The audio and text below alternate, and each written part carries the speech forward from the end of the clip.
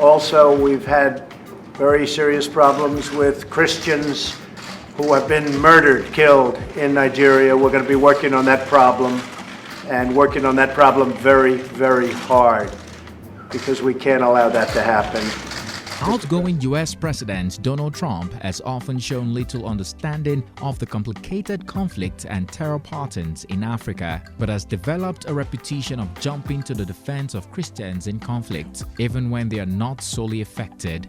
One of such instances came in September 2020 when President Muhammadu Buhari revealed that Trump had asked him during one of his visits, "Why are you killing Christians?" Everyone must definitely have been shocked at the time.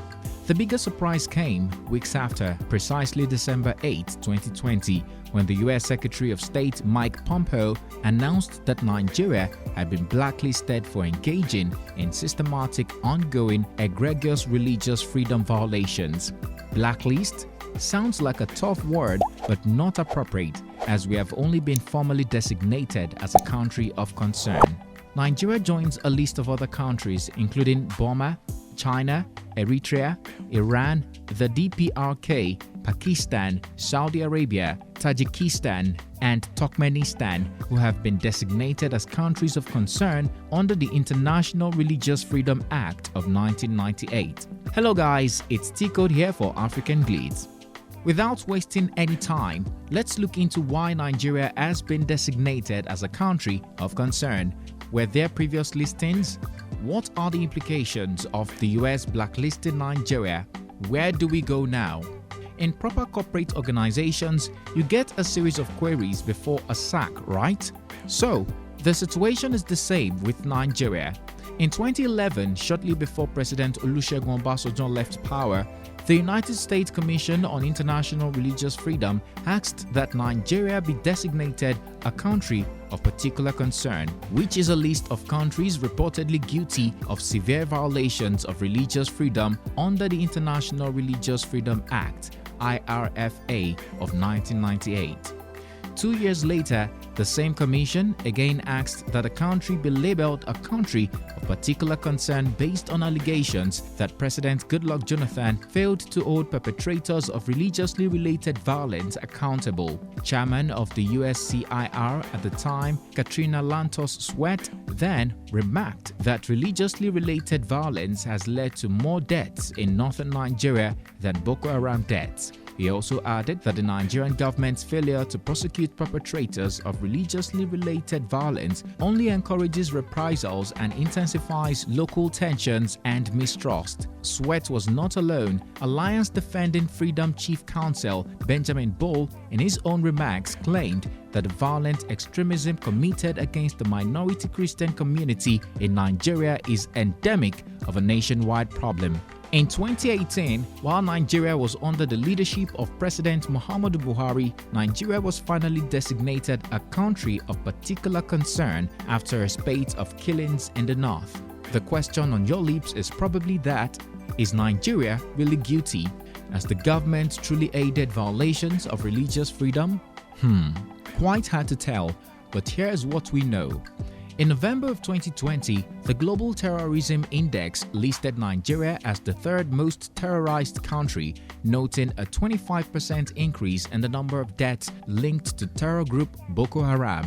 That report came shortly after an earlier report by the International Organization for Peace Building and Social Justice, the International Community on Nigeria, and the All-Party Parliamentary Group for International Freedom of Religion or Belief, who claim that Boko Haram, Al-Qaeda, Fulani Headsmen and other Islamist groups are responsible for the deaths of more than 96,000 Christians in 21,000 separate attacks.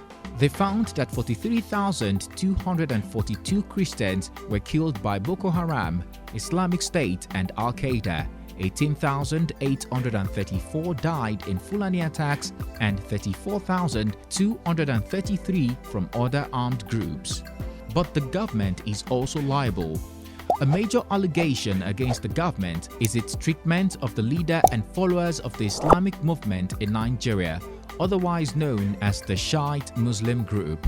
Since 2015, the government of President Muhammadu Buhari has flouted several court orders granting the release of leader of the Islamic group, Sheikh Ibrahim El-Zakzaky, who has been in jail for 5 years following a clash between the military and members of the sect in Zaria, Kaduna State. Don't also forget that in 2015, the Nigerian army killed some 350 Shiites, many of them gunned down or burnt alive in a heated confrontation.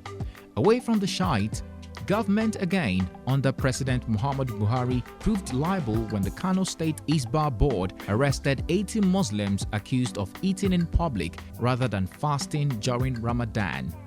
In Kaduna, the government has attempted to introduce regulations on preaching.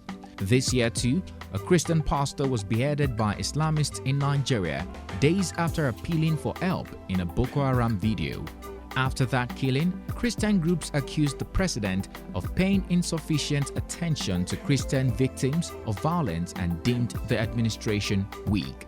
Don't also forget the story of musician Aminu Sharif, who is appealing a Sharia court judgment that asked that he be beheaded for blasphemy.